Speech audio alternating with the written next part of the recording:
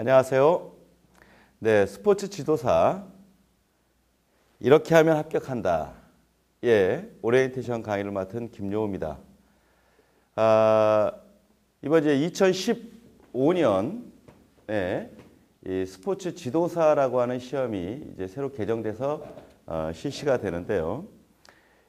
이 시험은 이제 과거에는 이제 생활체육 지도자라고 하는 이름으로 실시되었던 시험이 이제 보다 전문화된 체육 인력을 배출하기 위해서 스포츠 지도사라고 하는 이름으로 이제 바뀌어서 이제 전문 스포츠 지도사 또는 생활 스포츠 지도사 또는 건강운동 관리사 또 유소년 또 노인 장애인 스포츠 지도사 이렇게 이제 구분이 돼서 이제 실시가 되게 되는데요. 이 스포츠 지도사에 대한 강의를 이제 듣고자 하는 분은 이제 all4sports라고 하는 www.all4sports.co.kr 이 강의에서 들으시면 되겠습니다. 먼저 이제 이 강의를 진행을 할 저에 대해서 이제 소개를 하도록 하겠습니다. 저는 이제 서울대학교 사범대학 체육교육과를 졸업하고 같은 대학원에서 이제 석박사를 했고요. 스포츠 지도사 인터넷 강의 사이트인 all4sports의 대표 교수이고 체육 관련 국가고사의 출제위원을 역임했습니다. 그리고 이제 기존에 3급 생활체육 지도자의 심사위원이었고요. 저 또한 2급 경기 지도자 자격을 갖고 있고 또한 2급 중등체육교사 자격을 갖고 있고요. 그 다음 14년 동안 저는 이제 중등체육교사의 임용시험을 지도했었습니다. 그래서 약 2,500명 정도의 중등체육교사를 배출했었는데 이번 2015년도에 실시되는 스포츠 지도사의 강의를 전체적으로 이끌게 되었습니다. 이번에 바뀌게 되는 시험 제도의 변경 사항에 대해서 좀 같이 살펴보도록 하죠. 먼저 자격 종류가 매우 다양화되었는데요. 먼저 명칭이 이제 다 변경이 되었습니다. 과거에 경기 지도자 혹은 생활체육 지도자라고 했던 것들이 스포츠 지도사라는 이름으로 1급 혹은 2급으로 변경이 되었고요. 과거에 1급 생활체육 지도자에서 배출되었던 그 1급 생활체육 지도자라는 명칭이 건강운동관리사라고 하는 명칭으로 바뀌었습니다. 그 다음 장애인, 유소년, 노인 스포츠 지도사가 생김으로써 기존의 경기 지도자와 생활체육 지도자로 분류되었던 것들이 이렇게 생애주기별로 매우 전문화되어서 이름이 변경이 되었어요. 그 다음에 이번 시험에서 굉장히 중요한 변화가 있는데요. 기존의 그 경기 지도자와 생활체육 지도자는 그러니까 제가 이제 그 시험을 봤던 경기 지도자와 심사위원을 했던 그 생활체육 지도자에서는 먼저 1차의 실기 및 구술 시험을 보고 거기에 합격자들이 이론 연수를 받은 다음에 각각의 그 연수 교육기관, 각 대학에 이제 위탁이 되거나 또는 이제 뭐 태권도 같은 경우는 국기원 이런 데서 이제 위탁을 해서 이제 교육을 했었는데 그 연수기관에서 연수를 받은 다음에 그 해당 연수 내용에서 필기시험을 최종 봤거든요. 그런데 이제 새로 변경된 시험 제도에서는 아예 처음에 1차에서부터 필기시험을 봅니다. 그래서 이 필기시험을 통해 합격한 사람이 실기 및 구술 시험과 실무 연수를 거치도록 시험 제도가 대대적으로 변경이 되었어요. 이때 이 필기시험에서 1차 필기시험에서 그 이 스포츠 지도사가 1급과 2급으로 나누어지는데 그 1급과 같은 경우 그 다음 건강운동관리사의 경우가 또 각 급의 이 스포츠 지도사의 시험 과목이 다릅니다. 그러니까 스포츠 지도사 가운데도 1급과 같은 경우는 4과목의 시험을 보게 되고요. 그 다음에 2급 스포츠 지도사, 그러니까 2급 전문 스포츠 지도사, 그 다음 2급 생활 스포츠 지도사, 그 다음 장애인 스포츠 지도사, 또 노인 스포츠 지도사, 그다음 유소년 스포츠 지도사 같은 경우는 5과목의 시험을 봅니다. 그 각각의 시험에서 그 필기시험 합격의 결정을 어떻게 하는지를 여러분이 먼저 아셔야겠어요. 그러니까 필기시험에서 각 과목 만점에 40% 이상을 득점해야 됩니다. 그러니까 1급 스포츠 지도사 같은 경우는 앞서 4과목의 시험을 본다고 그랬는데 그 4과목에 각각의 과목의 만점에 40%를 득점하셔야 돼요. 그다음 건강운동관리사 같은 경우는 8과목의 각각의 과목, 그중에 예를 들면은 뭐 스포츠 심리학이 있다, 또는 운동 사회가 있다, 이런 식으로 이제 건강운동관리사 같은 경우는 8과목의 시험을 보는데 각 과목에 40%를 득점하셔야 되고요. 그 다음에 2급 스포츠 지도사 및 장애인, 유소년, 그 다음에 노인 스포츠 지도사 같은 경우는 7과목의 시험 과목 중에서 5과목을 저희가 선택할 수가 있습니다. 그 5과목의 선택 과목 가운데 각 과목의 40%를 득점하셔야 되고, 그 다음 전 과목 평균 60% 이상을 득점하셔야지만 필기시험에 합격할 수가 있습니다. 이때 중요한 것은 각 과목 만점에 40% 이상을 득점해야 된다. 이게 무슨 말이냐? 평균 점수는 60점 이상이 된다 할지라도 예를 들어서 운동 역학이다, 또는 스포츠 사회학이다, 이걸 자기가 선택을 했는데 그 스포츠 사회학의 만점에 예를 들면 20점 이렇게 이제 만점이 될 겁니다. 20문제가 출제가 되니까. 그러니까 20문제 가운데 8문제 이상을 맞추지 못한다면 과락을 해버린다는 거예요. 그러니까 결국 뭐냐면 전체적인 문항수를 보면 예를 들면 한 과목이 20문항이고 5과목을 하면 100문항이 되겠죠.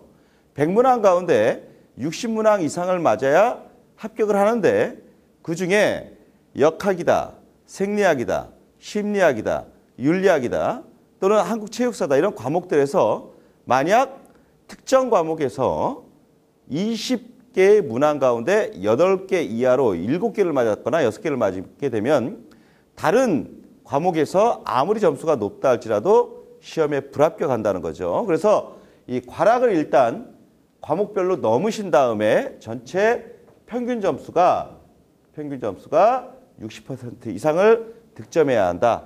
이걸 꼭 명심하십시오. 그러니까 이번 필기시험에서, 새롭게 바뀌는 1차 필기시험에서 매우 많은 수험생들이 이 과락이 예상됩니다. 그러므로서 실제 과거의 시험의 합격률보다 현격하게 낮아질 것으로 지금 예상이 돼요. 그렇기 때문에 여러분이 시험 준비를 차분하게 잘 하셔야 됩니다. 그리고 이 필기시험이 끝나고 나면 실기 및 구술시험을 보게 되는데, 거기서 실기 및 구술시험에서는 각각 만점의 70% 이상을 득점했을 경우 합격이 결정이 되고 이후 실무 연수까지 가게 되는 거죠. 과거의 시험보다는 그 시험의 절차가 매우 어려워졌다, 이렇게 이야기를 할 수가 있죠. 그러면서 이게 1차고 이게 2차 시험이라고 우리가 통칭한다면 2차의 실기시험 불합격자는 실기시험 그 자체에서 불합격을 하니까 요 구술시험의 인터뷰 시험의 응시 자체가 되지를 않는다. 이걸 명심하시기 바랍니다. 그래서 여러분들이 이 필기시험의 합격의 결정을 어떻게 되는지를 먼저 꼭 아시길 바라요.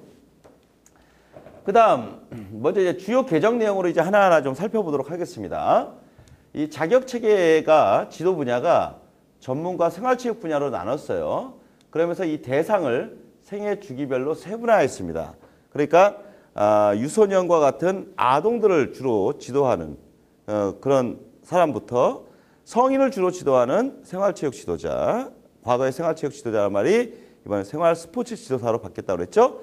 그 다음에 나이 드신 어르신들을 지도하게 되는 노인 스포츠 지도사, 이렇게 이제 분류가 되겠습니다.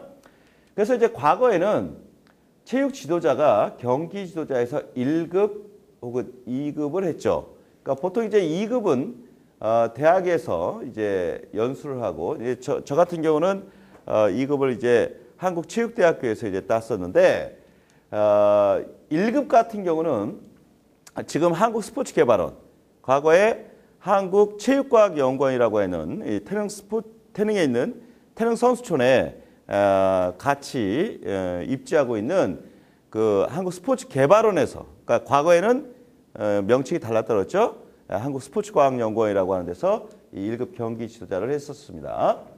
그 다음 이제 과거의 생활체육 지도자는 1급을 이렇게 운동 처방과 관련되어 있는 전문적인 부분으로 명칭을 1급 생활체육 지도자라 했고, 또 2급 또는 3급 생활체육 지도자 이렇게 했습니다.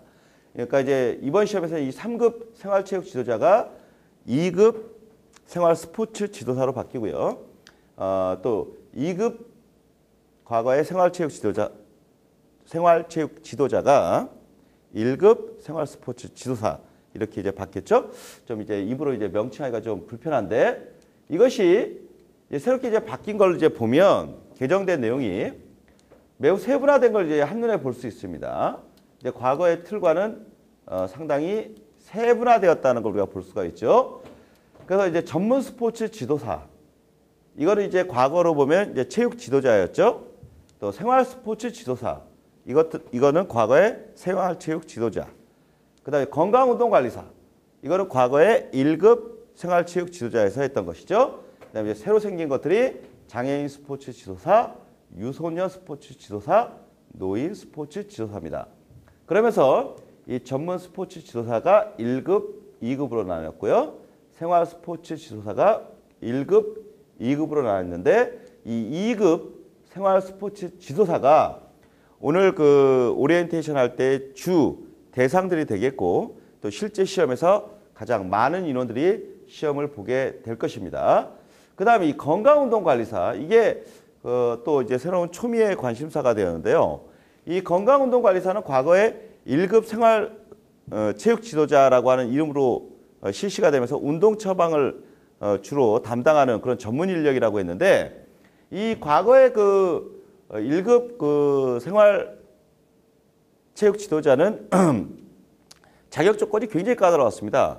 그러니까 이제 체육 관련 분야를 나와야 되고, 거기서 또 해당 분야의 어떤 석사 이상의 학력을 요구하는 등 굉장히 까다로운 조건이 있었는데, 이번에 건강운동관리사부터는 우리나라 대한민국의 고등 교육법에 입각한 학교 이상, 즉 이 말은 뭐냐면 고등이라고 하는 것은 대학교육기관 이상이거든요. 그때 이 대학교육기관이라고 하는 것은 전문대학 이상을 얘기하는 겁니다. 그러니까 달리 얘기하면 이 건강운동관리사의 자격 조건이 전문대학 졸업 이상 또는 전문대학 졸업 예정자 이상으로 대폭 완화가 된 거죠. 그러니까 이 건강운동관리사 같은 경우는 이제 보통 이제 병원이나 이 스포츠센터 이런 데 이제 취업을 하게 되는데, 상당히 우리 체육 분야에서는 새로운 취업의 길이 열렸다, 이렇게 이야기할 수가 있고, 건강운동관리사의 자격 조건이 완화됨으로써 여기에 시험을 통해 합격할 수 있는 대상 인력이 굉장히 대폭 증가했다, 이렇게 우리가 해석을 할 수가 있죠. 그 다음 이제 신체라든가 이런 부분이 불편한 장애인분들을 지도하게 되는 장애인 스포츠 지도사. 그러니까 우리나라에 보면은 그 각급의 그 장애인 복지기관이라든가 또는 복지센터, 또 이제 그 장애인 관련돼 있는 체육시설 또는 학교 기관, 이런 부분들이 굉장히 많거든요. 그 해당 기관에 이 장애인 스포츠 지도사가 이제 대거 이제 진출할 수 있을 것으로 보이고요. 그다음 유소년 스포츠 지도사, 이거는 이제 우리나라의 이제 그 사설이나 공설에 그 어린 학생들을 이제 지도하는 그런 그 과거에 보면 뭐 유아체육을 이제 지도한다, 이런 분들이 많이 계셨죠. 이제 그분들에게 있어서 이 유소년 스포츠 지도사라고 하는 자격 조건이 향후 이제 요구될 것으로 보이고요. 그다음 노인 스포츠 지도사, 이것은 이제 앞으로의 우리나라의 그 미래에 그 노인층, 즉 어르신층들이 굉장히 많아질 것으로 보입니다.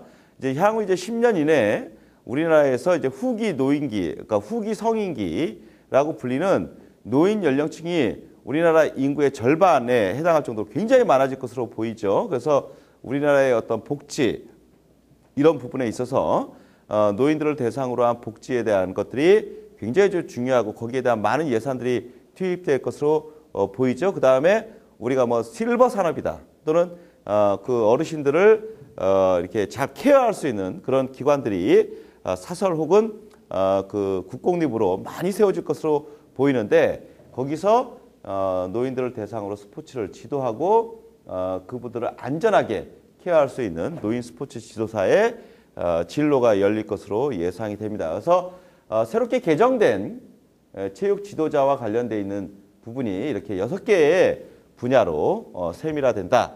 이제 여러분들이 이제 이 중에서 어떠한 이제 시험을 보게 될지 그거는 여러분들이 더 잘 아실 거라고 믿습니다. 각각의 그 지도 대상 및 분야를 이제 간략하게 좀 살펴보도록 하죠. 보면 이제 일단은 스포츠 종목 쪽에서 비장애인 분야와 장애인 분야를 이렇게 크게 나눴어요. 그래서 이 장애인 분야 쪽은 1급 장애인 스포츠 지도사와 2급 장애인 스포츠 지도사로 나눌 수가 있고요. 비장애인을 대상으로 유소년, 즉 만 3세부터 초등학생을 대상으로 한 체육 분야에서 유소년 스포츠 지도사. 이것은 이제 향후 학교 현장에서 보면은 우리가 그 이 만 3세 이상으로 가보면 우리가 어린이집이나 또는 이제 국공립 유치원, 이제 나중에 이제 유치원이 유아학교라는 이름으로 이제 정식 명칭이 바뀔 것으로 예상이 되는데, 유아학교 즉 유치원은 이제 정식 교육기관이거든요. 우리가 초등, 중등, 중등에는 이제 중학교와 고등학교를 얘기하고 또 고등 교육기관은 이제 대학을 얘기하는데, 그와 같은 초등, 중등, 고등으로 가는 그런 맥락에서 유아 쪽에서의 유치원에서의 체육교사, 그 다음 초등학교에서의 스포츠 강사, 그 다음 중학교에서의 스포츠 강사, 또는 고등학교에서의 각급 학생들의 스포츠 클럽 활동을 지도하는 전문 인력, 이런 쪽으로 이제 그 세분화될 텐데, 그때 중등학교 가기, 그러니까 중학교와 고등학교 가기 이전에 어린 학생을 대상으로 한 유소년을 대상으로 할 때 이 유소년 스포츠 지도사 자격증이 요구될 것으로 보입니다. 또 각급의 사설 유아체육을 지도하는 교사분들에게도 이 자격증이 요구되겠죠. 그 다음에 이제 청소년과 성인을 대상으로 해서 전문체육과 생활체육으로 나누면서 전문체육에서는 1급 전문 스포츠 지도사, 또 2급 전문 스포츠 지도사로 구분이 됩니다.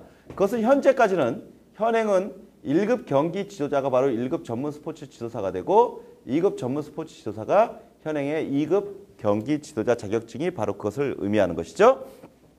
여기서 현행이라 함은 2014년도까지를 얘기하는 겁니다. 지금 2015년도에 실시될 시험의 이전의 자격증을 우리는 현행이다 이렇게 표현을 하도록 하겠습니다.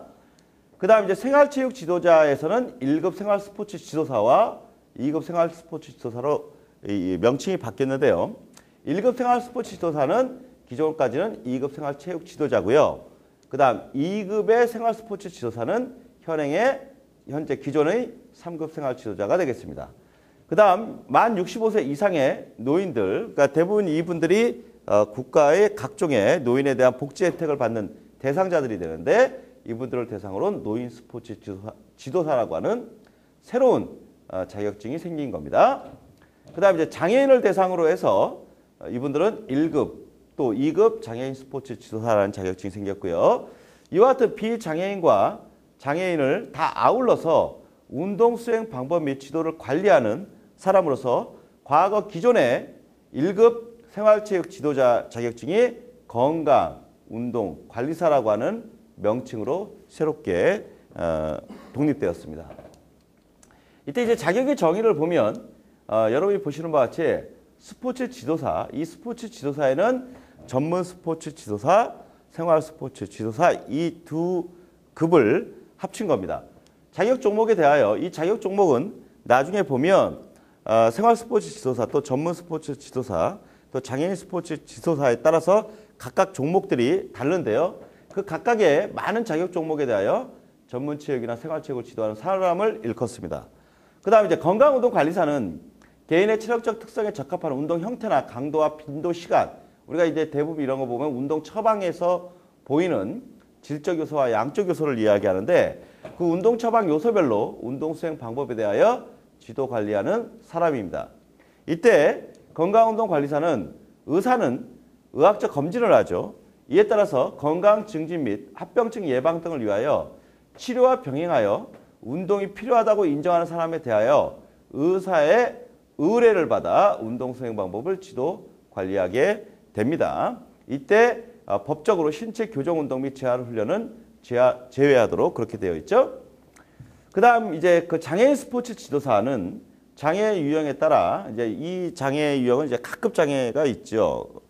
이때 그 각급 장애 유형에 따른 운동 방법 등에 대한 지식을 갖추고 자격 종목에 대하여 장애인을 대상으로 전문 체육이나 생활 체육을 지도하는 사람을 말합니다.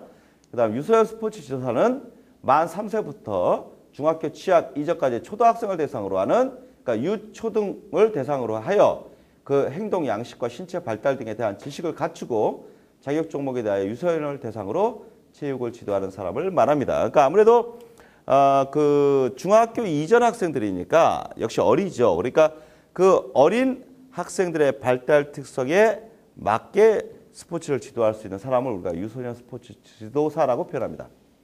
그다음에 이제 노인 스포츠 지도사는 노인의 신체적, 정신적 변화 등에 대한 지식을 갖추고 자격 종목에 대하여 노인을 대상으로 생활체육을 지도하는 사람을 일컫게 됩니다. 그 다음에 자격 요건을 보죠. 각각의 해당 스포츠 지도사를 그냥 아무나 할 수 있는 건 아니거든요. 이때 보면 1급 전문 스포츠 지도사는 해당 종목의 2급 전문을 취득 후 해당 종목의 경기 지도 경력이 3년 이상 될 때 1급 전문 스포츠 지도사를 할 수가 있습니다. 그 다음 2급 전문 스포츠 지도사는 해당 종목의 경기 경력 4년 이상이고요. 이때 아래에 해당하는 여러 수업 연한을 경기 경력으로 인정하는 그 법에 해당하는 사람들은 이 2급 전문 스포츠 지도사를 시험을 보실 수가 있어요. 그 다음 1급 생활 스포츠 지도사는 해당 종목 2급 생활 취득 후 해당 종목의 지도 경력 3년 이상이 된 사람이고요. 2급 생활 스포츠 지도사는 가장 자격 요건이 완화되어 있는 그런 자격인데 18세 이상이면 시험 볼 수 있습니다. 그러니까 어떤 학력이라든가 어떠한 경력 이런 것들을 따지지 않고 18세 이상이면 2급 생활 스포츠 지도사를 딸 수 있다는 겁니다. 그 다음 이제 건강운동관리사는 고등교육법 제2조에 따른 학교에서 중요한 건 이겁니다. 체육 분야에 관한 학문을 전공하고 졸업한 사람입니다. 또는 졸업 예정자. 그러니까 어떤 해당 전문대학의 졸업 예정자다 하면 시험을 볼 수 있다는 거죠. 또 문체부 장관이 인정하는 외국의 학교에서 체육 분야에 관한 학문을 전공하고 졸업한 사람이어야 됩니다. 일단 기본적으로 건강운동관리사는 체육 분야에 대한 학문을 전공을 전문대학 이상에서 한 사람만이 시험을 볼 수가 있어요. 그 다음 1급 장애인 스포츠 지도사는 해당 종목 2급 장애인 취득 후 해당 종목의 지도 경력이 3년 이상이면 가능하고요. 그 다음 2급 장애인 스포츠 지도사와 유소년 스포츠 지도사 또 노인 스포츠 지도사는 18세 이상이면 누구나 취득할 수 있습니다. 그러니까 여기서 2급 장애인 스포츠 지도사나 유소년 스포츠 지도사, 노인 스포츠 지도사, 그 다음 2급 생활 스포츠 지도사는 다 18세 이상이죠. 18세 이상. 그렇기 때문에 이 해당하는 18세 이상의 사람이면 누구나 시험을 볼 수 있는 이 지도사들은 생활 스포츠 지도사들은 그 보게 되는 시험 과목들도 7개의 과목 중에서 5개를 선택하여 시험을 보면 됩니다. 그러니까 동일한 시험 과목을 보게 되는 거죠. 그 다음에 자격 종목을 보면요. 여기서 일일이 각각의 종목은 이야기를 하지 않고 총칭하면서 보겠습니다. 전문 스포츠 지도사 쪽은 54개의 54개의 종목이 그 해당 종목이 되고요. 그 밖에 문체부 장관이 고시하는 종목은 언제든지 추가 가능합니다. 그 다음 이제 생활 스포츠 지도사 쪽에 관련되어 있는 종목은 42개의 종목이 되고요. 그 다음 장애인 스포츠 지도사는 34개의 스포츠 종목입니다. 그 다음 유소년 스포츠 지도사는 앞서 생활 스포츠 지도사 54개가 있었죠. 거기에다가 줄넘기, 플라잉 디스크, 피구 등이 해당이 됩니다. 이때 이제 줄넘기라든가 플라잉 디스크, 피구 같은 경우는 현재 이런 종목들이 유아 혹은 가장 활발하게 이루어지는 것은 초등학교에서 굉장히 많이 이루어지거든요. 그리고 이 피구와 같은 종목 같은 경우는 현재 초등학교에서도 굉장히 활발하게 이루어지는 종목이고 또 줄넘기 같은 경우는 서울 지역 같은 경우는 서울 경기나 이런 데는 인증까지 받게 되어 있기 때문에 요 줄넘기, 피구, 플라잉 디스크는 생활 스포츠 종목 외에 57개, 57개의 종목으로 실시하게 되어 있습니다. 그 다음 노인 스포츠 지도사 쪽은 55개 종목인데 앞서의 생활 스포츠 지도사 54개에다가 그라운드 골프라고 하는 것까지 포함하여 55개의 해당 자격 종목들이 있습니다. 그럼 이제 여러분의 이제 관심이 될 이제 자격 검정 시험의 과목들을 좀 하나하나 살펴보도록 할까요? 1급 전문은 필기 과목이 4과목입니다. 4과목인데 이거는 다 필수죠. 이때 운동 상해, 체육 측정 평가론, 트레이닝론, 스포츠 영양학 이렇게 4개 과목이고요. 2급 전문 스포츠 지도사는 필기가 5과목인데 7개 과목 중에 5과목을 선택하는 겁니다. 그래서 스포츠 심리학 우선, 그 다음 운동 생리학, 스포츠 사회학, 운동 역학, 또 스포츠 교육학, 스포츠 철학 분야 중에 하나인 스포츠 윤리, 스포츠맨십 이런 것들을 확립해야 되니까 한국 체육사 이렇게 7과목 중에서 이 시험을 볼 분이 5과목을 선택해서 보시면 됩니다.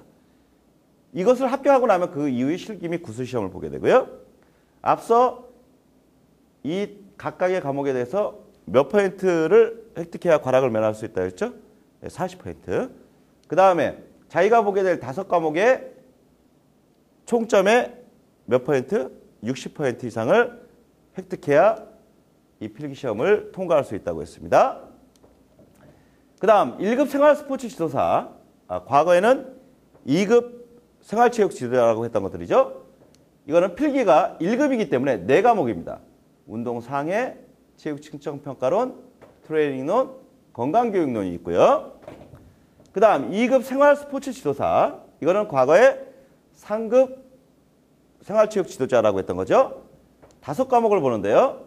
심리학, 스포츠 심리학, 운동 생리학, 스포츠 사회학, 운동 역학, 스포츠 교육학, 스포츠 윤리, 한국 체육사 이 7과목 중에서 5과목을 선택하시면 됩니다.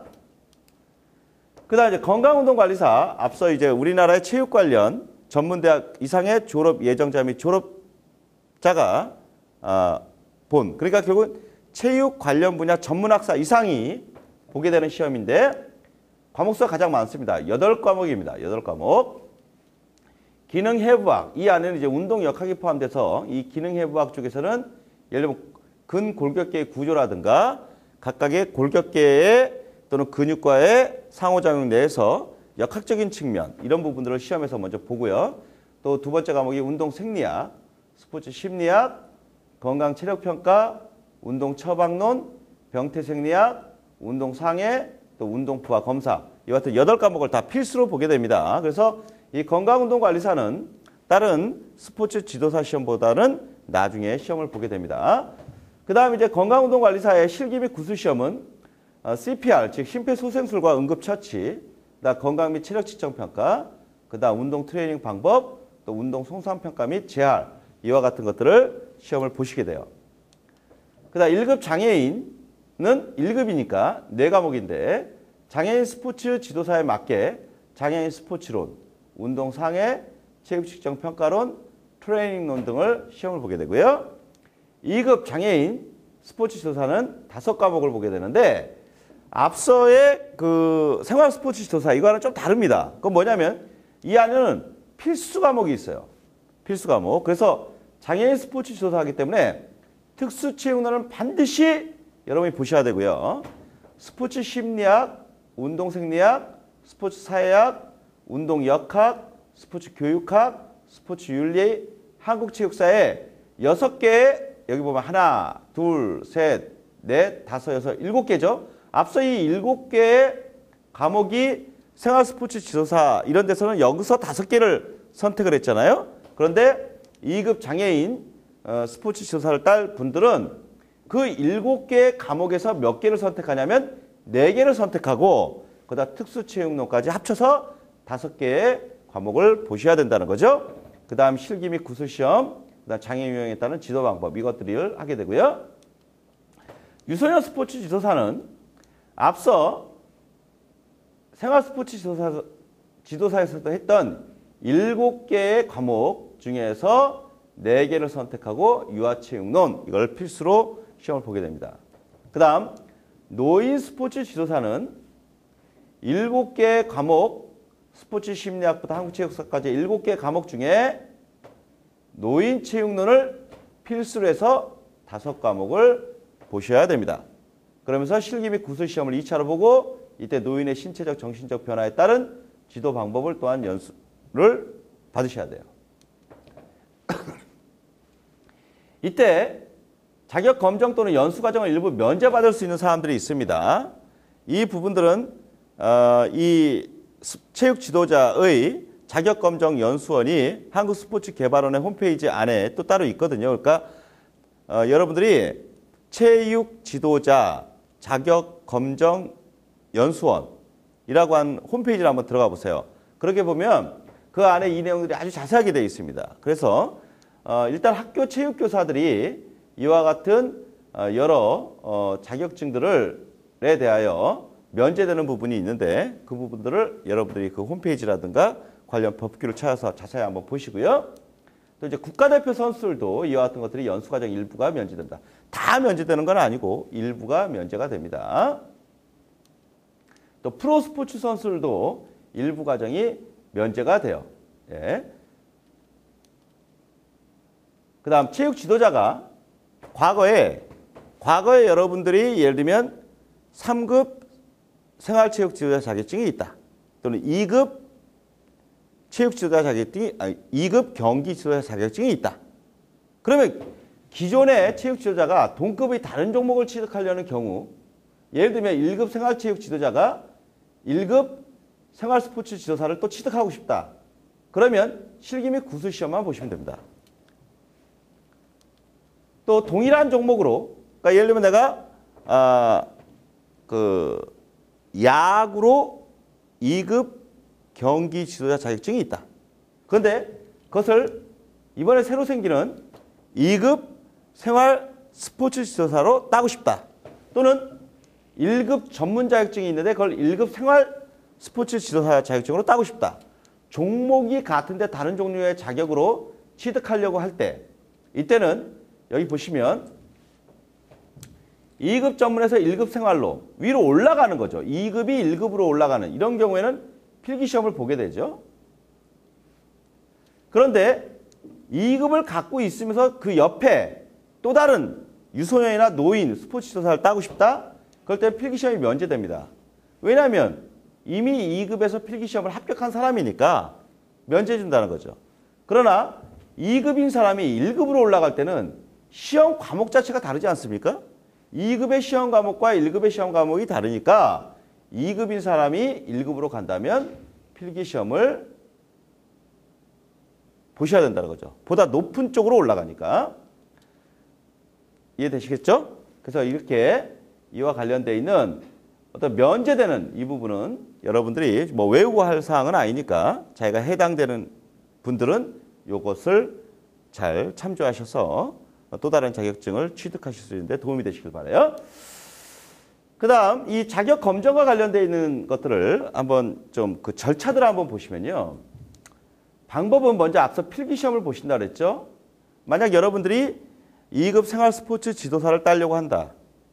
그러면 7개의 과목을 여러분이 먼저 살펴보시고 그중에서 자기가 합격하기 용이하겠다. 또는 자기한테 잘 맞겠다. 또는 시험이 상대적으로 쉽게 출제될 거다. 이렇게 예상되는 것들을 갖고서 그건 제가 나중에 설명을 해드릴게요. 그러니까 그걸 그 5과목을 각 과목당 40% 이상 전체 과목의 60% 이상을 득점하시게 되면 필기시험을 합격하죠. 그 다음에 실기 및 구술시험을 합격하게 됩니다.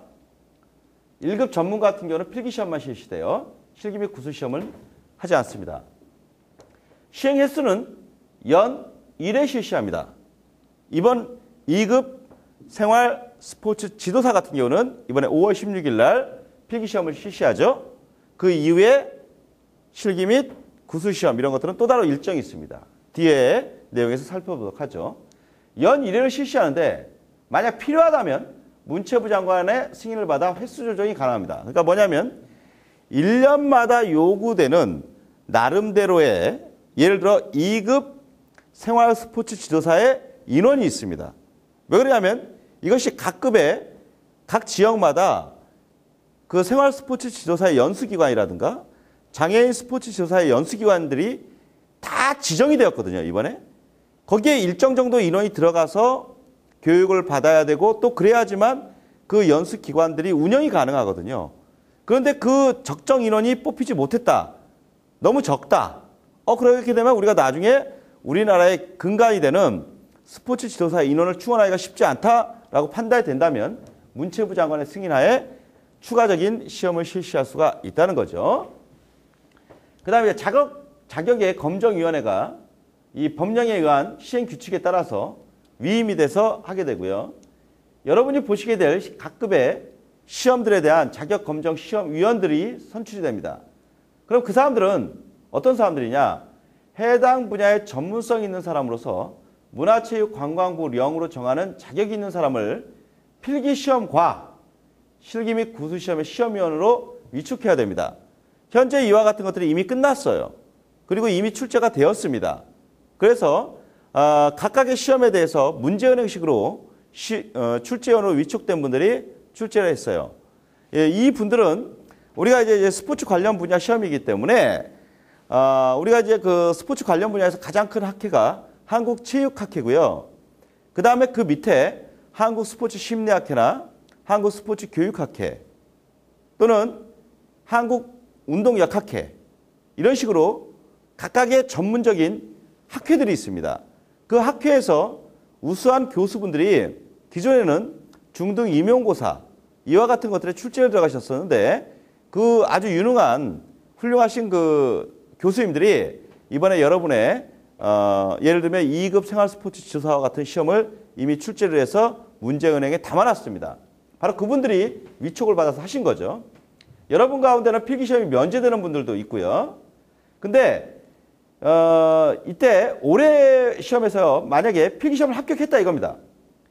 필기시험을 합격했는데 어떠한 자기가 사정이 있어갖고 2차 실기나 이런 것들을 못 받거나 또는 그 시험에서 떨어진 분들도 있을 수 있겠죠. 그러면 이분들이 그 다음에나 그 다음 시험에서 한 번은 필기시험을 면제해 드립니다.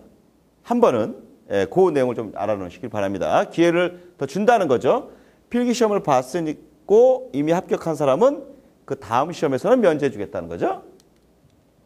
자, 그럼 이번에 올해의 2015년 각 스포츠 지도자 시험 그때 전문 스포츠 지도사, 생활 스포츠 지도사, 건강운동 관리사, 유소년 스포츠 지도사, 노인 스포츠 지도사, 장애인 스포츠 지도사에 대한 시험 일정이 공고가 된 건데 이걸 한번 보도록 하죠. 나름대로 이 OT를 듣는 시점에서 상당히 시험 기간이 짧아서 촉박한 분들도 있을 건데요. 자, 1급 전문 스포츠 지도사는 필기 검정이 접수는 4월 1일부터 4월 8일, 합격자 발표는 5월 15일, 또 연수는 쭉 이와 같은 일정으로 되고요. 발표는 12월 1일이 되는데 여러분한테 가장 중요한 필기시험 날이 1급 전문 스포츠 지도사 같은 경우는 4월 25일 날 봅니다. 4월 25일. 이때 이 각각의 아주 자세한 내용은 체육 지도자의 자격검정연수원 홈페이지를 자세히 참조하시기를 바랍니다. 그래서 그 해당되는 그 홈페이지 내에 이와 같은 일정들이 표로 쭉쭉쭉쭉 정리가 되어 있습니다. 그래서 자신이 보실 시험에 대한 일정들을 잘 알아놓으시고요. 그리고 이런 것들을 그 접수할 때 일일이 찾아가지 않으셔도 됩니다. 이제는 이 자격검정연수원의 홈페이지 상에서 전부 다 그 접수나 또는 그 여기 보면 검정조 납부해서 뭐 25,000원 이런 식으로 내게 돼 있거든요. 그런 것들을 인터넷 홈페이지 상에서 다 할 수가 있으니까 여러분이 그 홈페이지를 꼭 들어가 보십시오. 체육 지도자 자격검정 연수원 홈페이지. 이 강의를 듣고 나신 다음에 그 홈페이지를 방문 바랍니다. 그 다음에 2급 전문 스포츠 지도사는 제가 여기 노랗게 표시된 부분만 간단하게 보이죠. 4월 25일입니다. 그러니까 전문 스포츠 지도사 과정은 1급, 2급에서 다 4월 25일 날 시험을 본다. 명심해 놓으시고요. 그 다음 건강운동관리사는 이번에 체육 지도자 관련 자격검정 시험에서 가장 늦습니다. 검정일이 6월 27일이고요. 1차 필기시험에 대한 겁니다.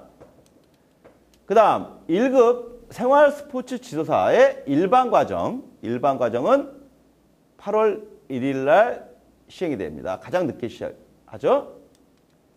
그 다음 2급 생활스포츠 지도사는 검정일이 5월 16일입니다. 5월 16일. 잘 알아놓으시고요. 5월 16일. 이 대상자들이 가장 많이 시험을 볼 것으로 예상이 됩니다. 이 부분이 여러분이 관심이 많으시죠? 이게 작년, 재작년 기준으로 보면 약 한 2만 명 정도가 시험을 봤었는데요. 검정일이 5월 16일이라는 거. 예. 자, 그러면 여러분이 이렇게 이제 그 시험을 이제 어떻게 준비해야 될 것이냐. 그러니까 지금 여러 각급의 그 체육 지도자 시험 과정에서 여러분이 이제 스포츠 지도사가 되려고 시험을 준비를 할 텐데 가장 많이 시험을 보게 되는 게 이제 2급 생활 스포츠 지도사거든요. 거기다 앞서 유소년, 노인, 또 장애인까지 포함을 해서 어떻게 준비해야 될지 우리가 한번 같이 한번 고민을 한번 해보도록 합시다. 그러니까 시험 그 자체는 아마 과거의 시험과 굉장히 큰 차이점이 1차에 먼저 필기 검정을 합격해야지만 실기 및 구술 검정이라든가 연수를 받을 수 있다고 했지 않습니까?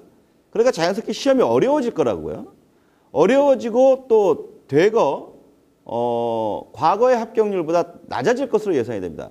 과거의 합격률은 60%에서 한 70% 정도 됐거든요. 그럼 왜 그러냐면 연수를 실기 및 구술 검정을 합격하고 난 다음에 과거 시험 같은 경우 그 다음에 어느 해당 교육기관 예를 들면 경상도 같은 경우는 뭐 경남대학이다. 또는 경기도 같은 경우는 뭐 용인대학교다. 또 서울 같으면 중앙대학교다. 이와 같은 대학에서 위촉을 받아갖고 거기서 연수를 받고 난 다음에 그 연수받은 내용에서만 시험이 나오니까 실제적으로 합격률이 높을 수밖에 없었죠. 또 상대적으로 시험 범위가 굉장히 좁다 이렇게 볼 수 있죠. 그러니까 그 연수를 받고 나서 또 일정 정도 기간 동안에 충분히 공부를 하신다면 웬만하면 합격을 할 수가 있었다는 거죠. 근데 그런 시험에서도 합격률이 60에서 70%였는데 전혀 어떠한 연수도 받지 않고 굉장히 전문적인 그런 운동 관련 분야의 학문에서 시험 출제가 될 때 과연 몇 명이 합격할 것이냐. 예측하기는 어렵지만 저희들 예상으로는 매우 낮을 것으로 이렇게 보여집니다. 그러니까 여러분들이 그걸 준비를 잘 하셔야 된다는 거죠. 그래서 이게 이런 부분이 출제하는 출제위원들도 매우 고민이 되었습니다. 왜냐하면 이게 시험 수준을 과거와 다르게 시험 제도가 이렇게 순서만 바뀌어도 합격률이 대폭 낮아질 텐데 시험의 난이도를 자칫 시험을 보게 되는 수험생의 수준에 맞지 않게 조금만 높여도 과락이라고 하는 제도에 의해서 평균 60점 이상이 되더라도 특정 과목에서 과락을 함으로써 1차에서 떨어져 버리는, 즉 필기검정에서 떨어져 버리는 일이 이번에 발생할 것으로 예측이 돼요. 그렇기 때문에 지금 현재 상황이 시험을 보는 수험생도 불안하지만 시험 문제를 이미 출제해서 문제은행에 담은 출제위원들도 매우 큰 고민이 되었습니다. 그래서 자격검정연수원에서 이미 출제 기준을 공지를 했죠. 우리 수험생 가운데는 그 출제 기준이 어떻게 되는지도 모르는 분이 많은데 자격검정연수원의 홈페이지에 꼭 들어가서 출제 기준을 한번 확인해 보시기 바랍니다. 그러면 그 출제 기준에 입각할 출제가 이미 되었는데 과연 여러분은 어떻게 준비해야 될까요? 많은 고민이 되시죠? 자, 그럼 지금부터 한번 간략하게 제가 생각하는 시험에 대한 준비 이런 것들을 한번 살펴보도록 하겠습니다. 앞서도 우리가 살펴보았는데 그중에 가장 대표적인 가장 많은 사람이 보는 2급 생활 스포츠 지도사의 자격검정 시험 과목을 한번 다시 한번 봅시다. 여기 보시면 필기가 5과목이라고 그랬죠. 7과목 중에서 5과목을 선택한다고 그랬습니다. 그런데 예를 들면 스포츠 지도사 가운데도 장애인 스포츠 지도사는 특수교육론과 같은 걸 필수로 하고 이 7과목 중에서 4과목을 선택해야 한다고 했습니다. 자, 그중에 가장 많은 인원이 볼 것으로 예상하는 2급 생활스포츠 지도사에 대한 내용으로 축약을 해서 한번 내용을 살펴보도록 하죠. 이 7과목 중에 여러분은 뭘 선택해야 할 것이냐. 자, 그러면 우리가 이 7과목에 도대체 어떤 내용이 또 어떻게 출제될 것이냐. 도대체 내가 출발점, 시험 준비를 하기 위한 출발점에 서 있는데 어디 쪽으로 가야 될 것이냐 고민이 될 겁니다. 무조건 지금 기존에 나와 있거나 또는 여러분이 새로 준비할 여러 가지 생활 스포츠 지도사와 관련되어 있는 준비의 책만을 무조건 달달달달 열심히만 공부해야 될 것이냐. 그렇지는 않겠죠. 그 7개의 과목들 가운데서도 내가 뭐에 강할 것이냐. 또 실제 출제위원들이 어떤 문제를 낼 것이냐. 또 어떤 과목을 보는 것이 유리할 것이냐. 이런 것들을 알고 대비해야지만 이 여러 갈래의 길 중에서 가장 확실한 길로 찾아갈 수가 있겠죠. 그러니까 여러분이 헤매지 말고 길을 찾아보기 위해서 또 그 길을 찾는 데 도움이 되기 위해서 제가 이 강의를 지금 하고 있는 것입니다. 시험은 답을 찾는 것입니다. 학문을 연구하는 것이 아닙니다. 답을 찾는 것이지 학문을 연구하는 것은 절대 아니라는 겁니다. 그럼 이건 무슨 말이냐? 앞서 7개의 과목이 있었습니다. 스포츠 심리학이 있었고요. 운동 생리학이 있었고요. 운동 역학이 있었고요. 스포츠 교육학이 있었습니다. 또 스포츠 윤리학이 있었고요. 한국 체육사가 있어요. 이 각각의 학문은 이제 우리나라의 학문적인 수준이 세계적인 수준으로 올라가서 그 학문의 깊이와 폭이 매우 넓고도 깊습니다. 근데 그것을 여러분들한테 요구할 것이냐? 그렇지는 않을 거예요. 그렇기 때문에 여러분이 시험 당일날 풀게 될 7개의 과목 중에 자기가 셀렉션하는 5개의 과목의 100문제 가운데 답을 찾는 것이 중요한 것이지 학문의 깊이를 더하기 위해서 학문 그 자체에 몰입되는 그런 공부는 현실적으로 의미가 없다는 거죠. 물론 그런 공부의 자세를 나쁘다고 하는 건 아닙니다. 그렇지만 여러분은 시험에서 답을 객관식 사지선다로 나오는 답 중에 정확한 답을 찾을 수 있는 것이 중요한 것이지 학문 그 자체에 매몰될 필요도 없고 바로 이 지점은 뭐냐? 출제원이 출제하는 시험의 난이도에 초점을 맞추는 기준이 된다는 거죠. 어떤 특정 학문의 깊이를 더하기 위한 시험을 보는 여러분의 학문에 대한 얼마나 열심히 했느냐 이 부분을 보는 것이 아니라 2급 생활 스포츠 지도사면 지도사답게 그 수준에 맞는 정도의 난이도 수준으로 시험을 낸다 이런 얘기입니다. 그러니 너무 고민하지 마시고 또 자기가 볼 때 왠지 자연과학 쪽 그럼 내가 좀 수학이 약하니까 좀 못할 것 같다. 이런 편견을 버리세요. 도리어 그런 과목이 전략적으로 더욱더 쉽게 맞출 수 있는 과목이 될 것입니다. 여러분은 7개의 과목 중에 무엇을 선택해야 할 것입니까? 운동역학? 운동생리학? 이거 좀 자연과학적인데 좀 쉬운 거랄까? 스포츠 교육학? 근데 나는 스포츠 교육과 관련되어 있는 사범대학을 나오지 않았는데 어떻게 하지? 스포츠 윤리학? 나는 철학적인 베이스가 좀 약한데 어떡하지? 이런 고민들이 있을 거예요. 어떤 과목을 선택할 것인가? 이 내용을 한번 보십시오. 기존에 3급 생체 필기시험의 합격률은 60% 정도 됐습니다.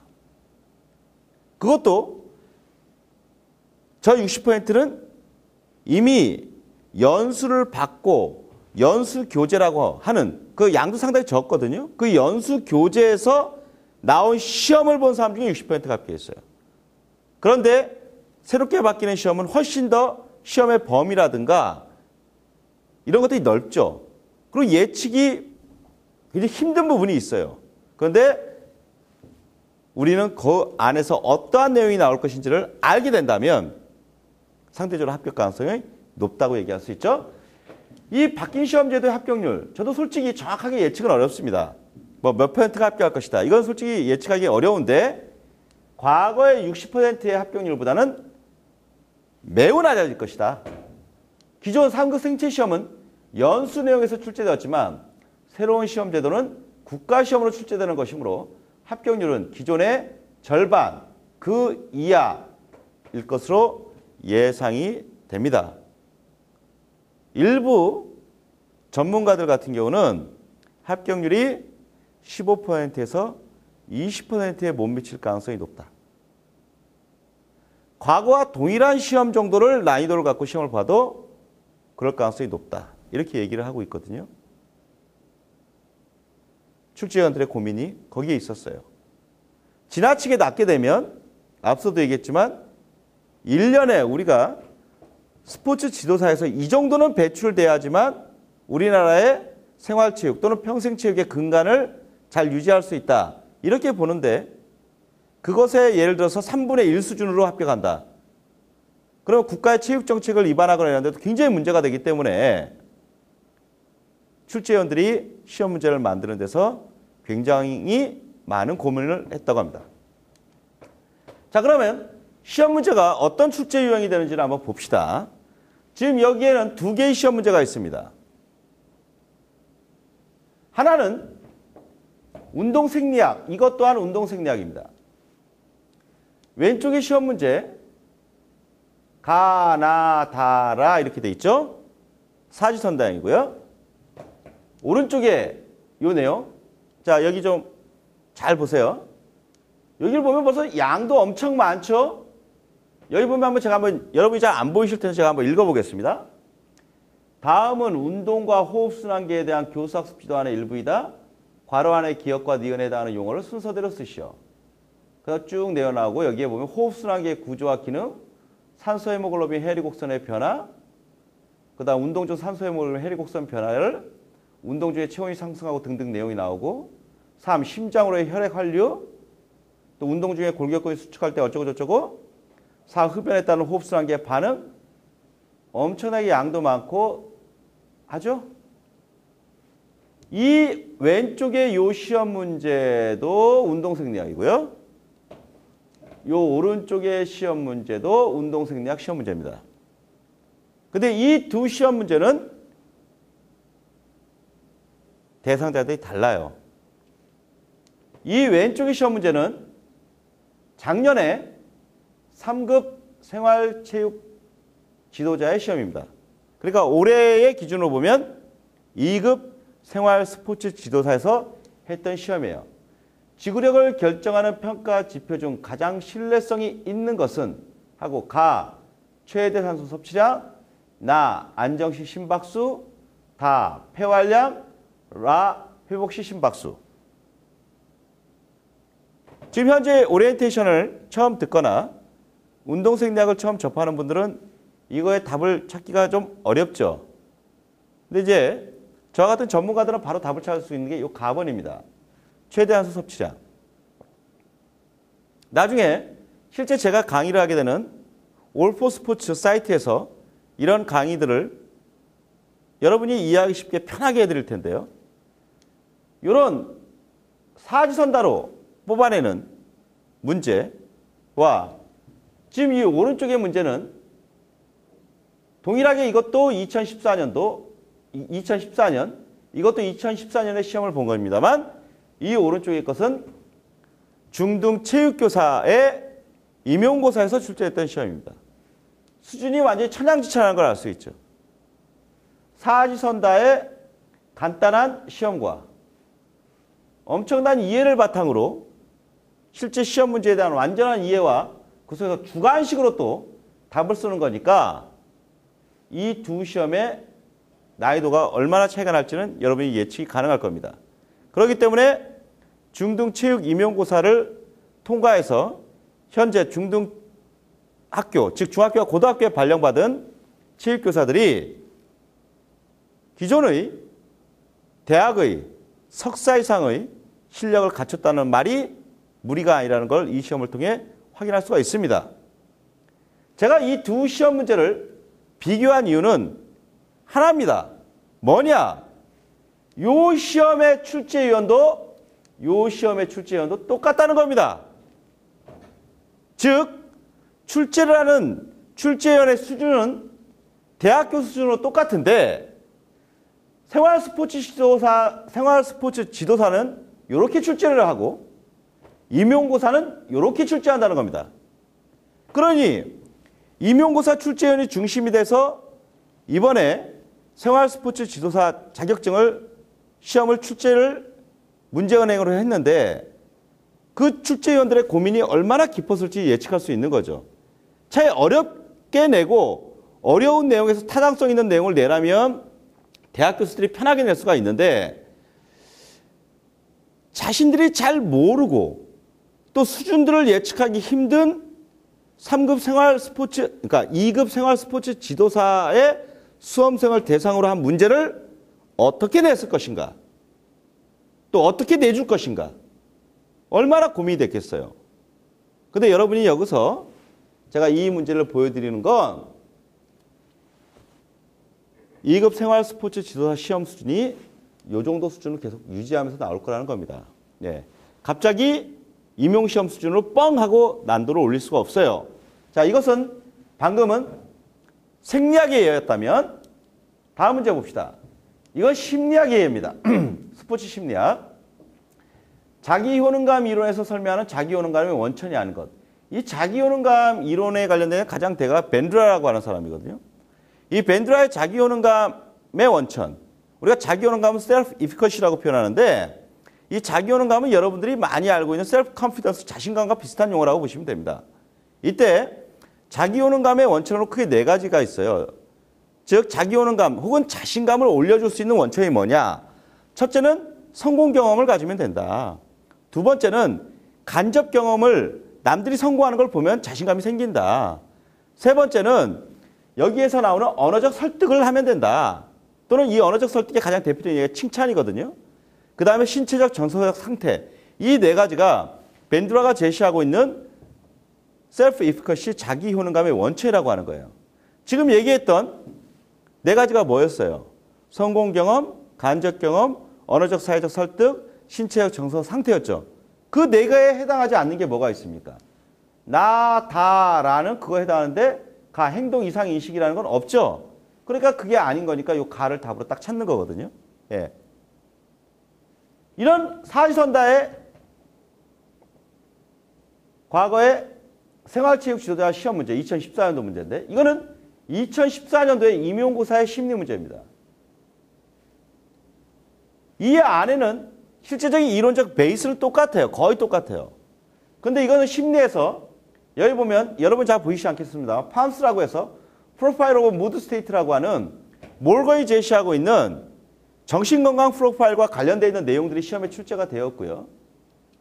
그리고 또 우리가 여러분들이 그 런너사이 어떤 마라톤을 할 때 좀 이렇게 그 운동의 후반부에 굉장히 이렇게 극정 체험과 같은 아주 좋은 체험을 하는 경우가 있거든요.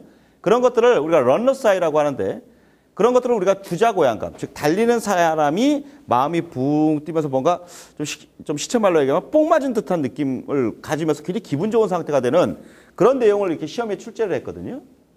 그런데 이렇게 문제가 굉장히 좀 이렇게 형태가 다르고 또 이 안에 이것을 해석하는 이런 문제들이 나와요. 그러니까 또 이 심리 문제도 굉장히 차이가 있죠.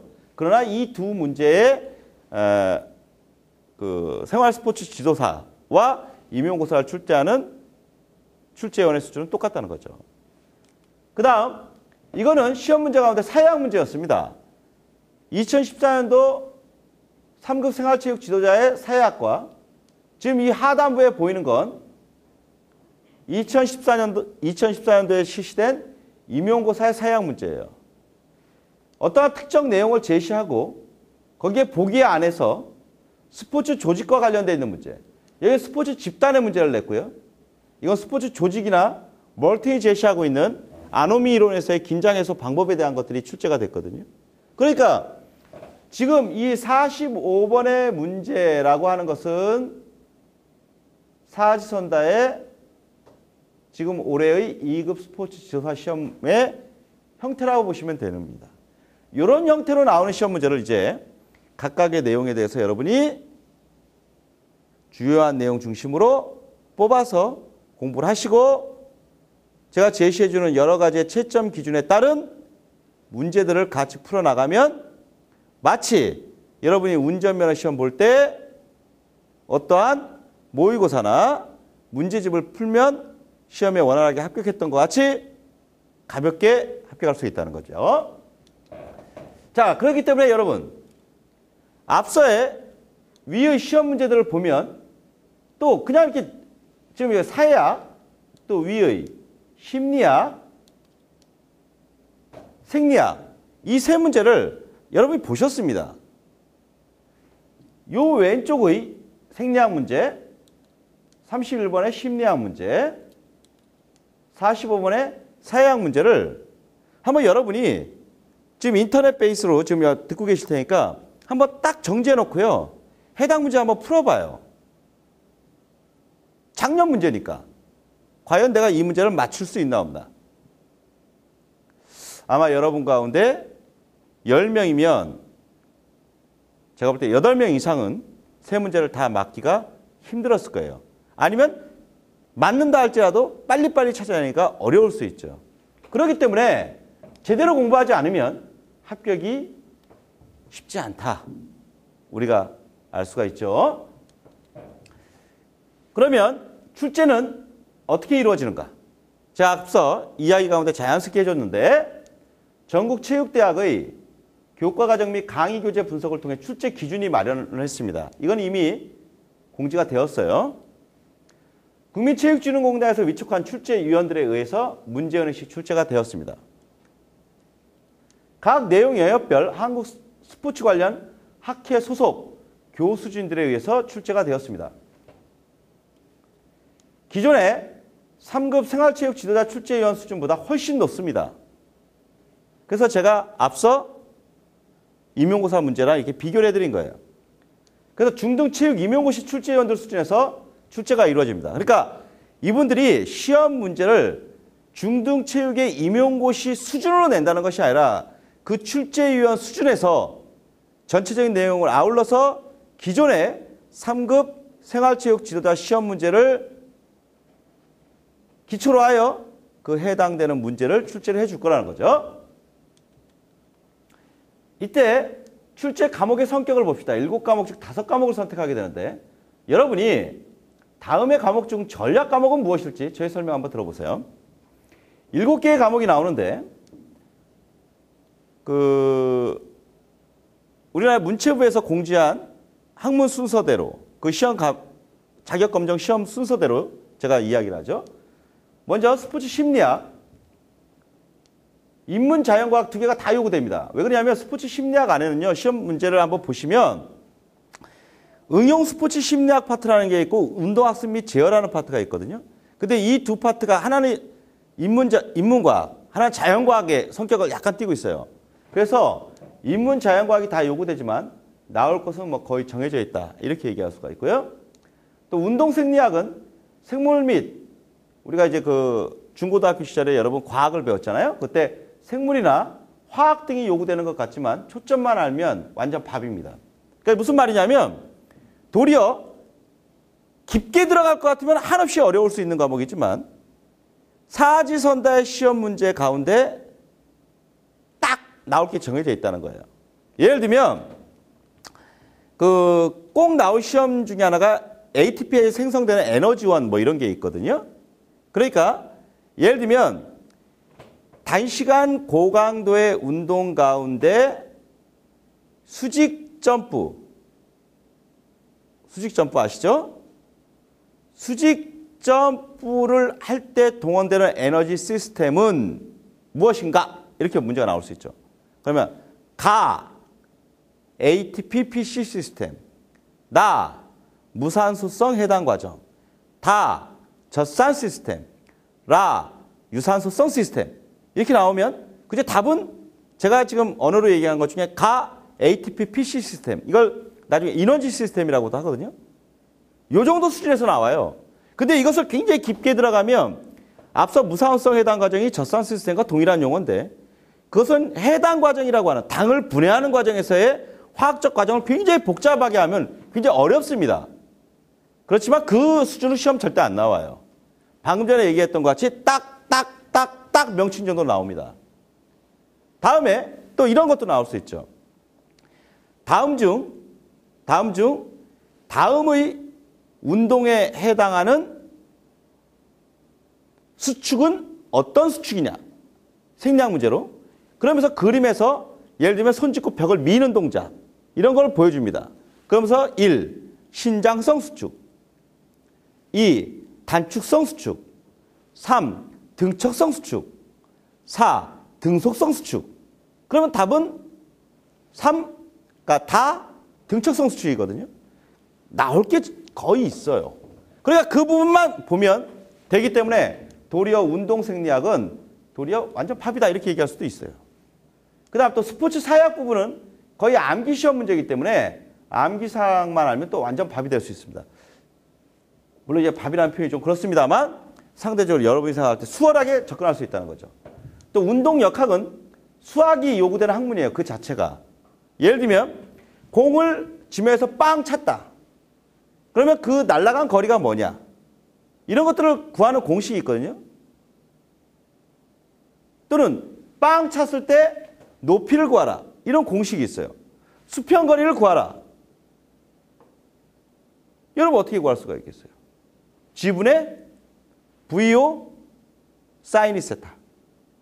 그러니까 중력 가속도분의 초속도, 차는 순간의 초속도와 사인 2 세타, 투사 각도. 이렇게 구하거든요. 근데 이렇게 구하면 이런 문제가 출제가 되면 수험생이 굉장히 어렵잖아요. 또 나중에 알고 보면 또 수학을 잘하거나 이런 분들은 이게 쉽게 접근할 수도 있습니다만 시험으로 출제되면 어려울 수 있거든요. 그런데 도리어 이런 조건에서 투사각도가 45도일 때 제일 멀리 나간다. 이런 문제로 나올 수도 있고 그런 걸 옳다 그르다로 찾는 거.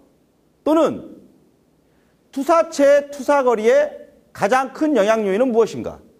투사 속도, 투사 각도, 투사 높이, 투사체의 공기 밀도 뭐 이런 게 나올 수 있거든요. 근데 그중에 투사 속도 이게 가장 커요. 영향 요인이. 그런 문제로 나오는 거예요. 그러니까 수학이 요구되는 학문이지만 절대 그렇게는 출제되지 않으니까 도리어 운동 역학도 여러분한테 굉장히 전략 과목이 될 수 있어요.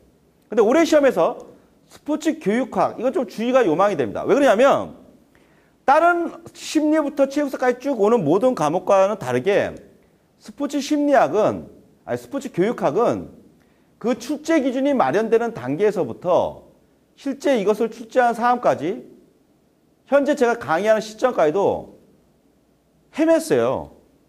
그렇기 때문에 이 스포츠 교육학이 어려운 과목은 절대 아니죠.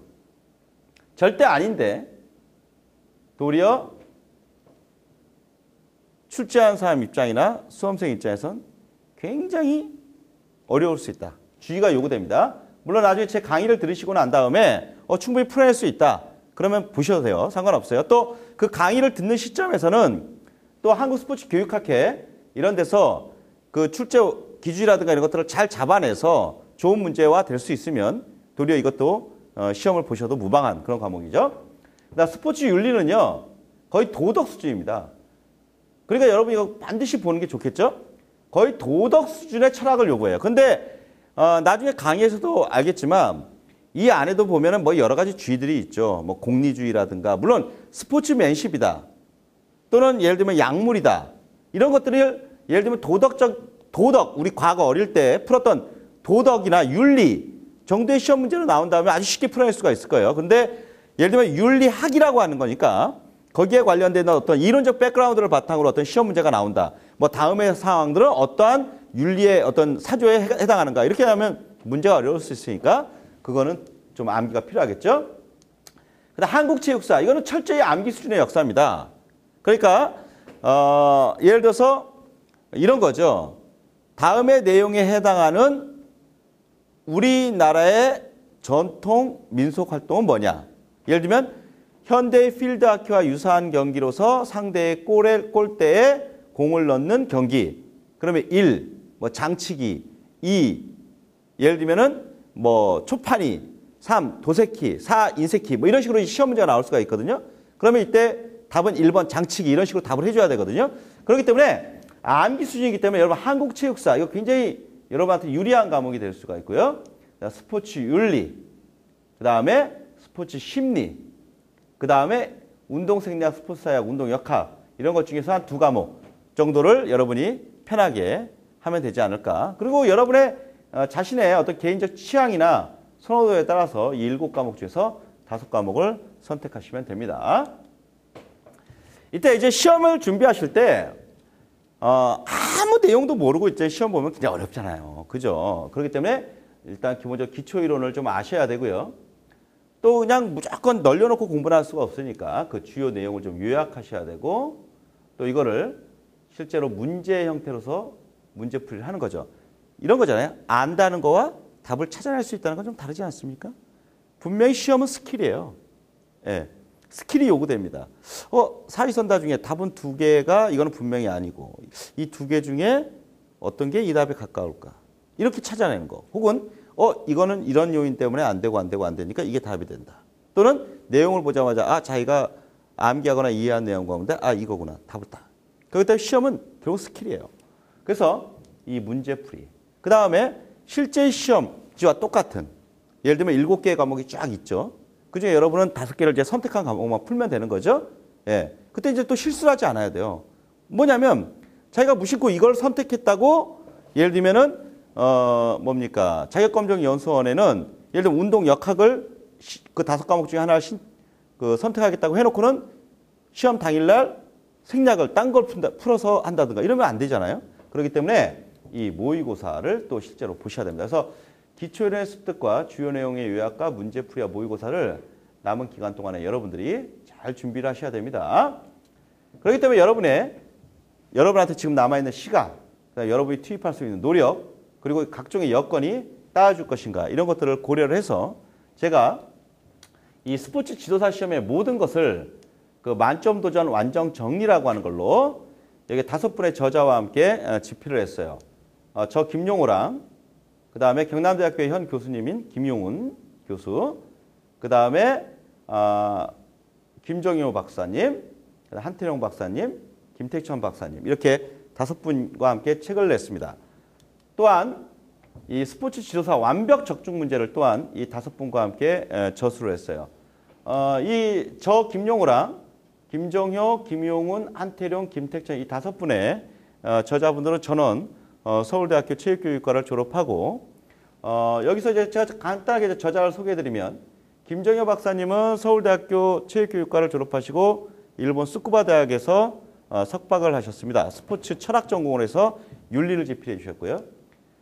김용훈 교수님은 서울대학교 체육교육과 그다음 서울대학교 대학원 석박사에서 운동역학을 전공해 주셨습니다. 그다음 한태룡 박사님은 서울대학교 대학원 체육교육과를 졸업하시고 서울대학교 대학원 석사 박사를 스포츠 사회학으로 전공하셨고요. 그다음 김택천 박사님 또한 서울대학교 체육교육과를 졸업하시고 대학원 석박사를 하시면서 스포츠 교육학을 전공하셨습니다. 그래서 이 5명의 저자 전원이 스포츠 지도사 관련 과거의 체육 관련 시험에 출제위원을 역임하고 또한 심사위원까지 역임한 우리나라의 가장 최고의 전문가들이다. 이렇게 제가 말씀을 드릴 수가 있습니다. 이 책들을 꼭 한번 보시길 바라고요. 그 다음에 이제 여러분들이 이런 내용들을 단순히 책만 갖고 공부하시기에는 분명히 한계가 있습니다. 분명히 강의를 들으셔야 돼요. 그렇기 때문에 이 강의를 들으실 수 있도록 올포스포츠라고 하는 인터넷 강의 사이트를 오픈했습니다.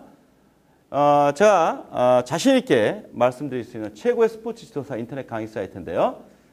그 도메인은 www.all, 그러니까 all이죠. 그다음 forsport.co.kr입니다. allforsport.co.kr 이 사이트에서 여러분 인터넷 강의를 들으시길 바랍니다.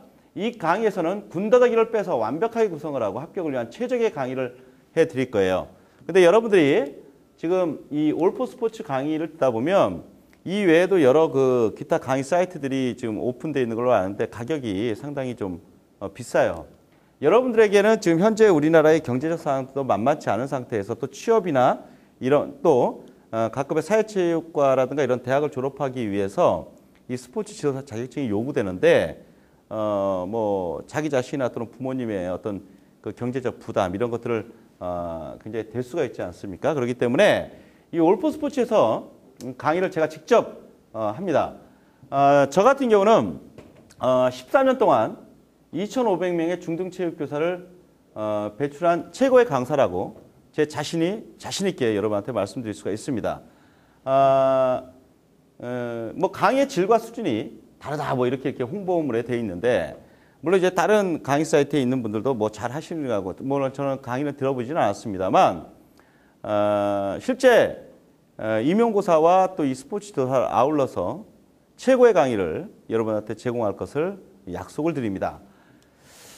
제가 이제 수업하는 어떤 장면들 속에서의 어떤 그림 속에서 이 저희 올포 스포츠에서 저인 김용호가 여러분한테 강의를 할 때 최고의 스포츠 지도사 강의를 여러분이 경험할 수 있도록 해드릴 거고요. 단 한 번의 시험만으로 합격할 수 있도록 이끌어 드릴 겁니다. 또 여러분한테는 시간이 많지 않기 때문에 최단 시간에 최고의 합격을 보장하며 시험은 스킬이기 때문에 합격할 수 있는 그런 강의를 여러분한테 해드릴 거고요. 그 다음에 시험에 정답을 맞춰주는 강의. 그 다음 제가 직접 최고의 강의를 여러분한테 해드릴 겁니다. 그러면서 여러분에게 강의 자체에 부담이 없게 하기 위해서 은하계 최저가로 여러분한테 강의를 제공해 드릴 거예요. 그래서 아마 여러분이 올포 스포츠 사이트를 한번 방문하셔서 회원 가입을 하시면 제가 여러분한테 약속드릴 수 있는 건 다른 기타의 강의 사이트라든가 이런 거에 비하면 3분의 1 이하의 강의로 여러분한테 최고의 강의를 제공해 드려서 이거는 뭐 경쟁하면서 남들을 떨어뜨리고 뭐 이런 시험이 아니죠.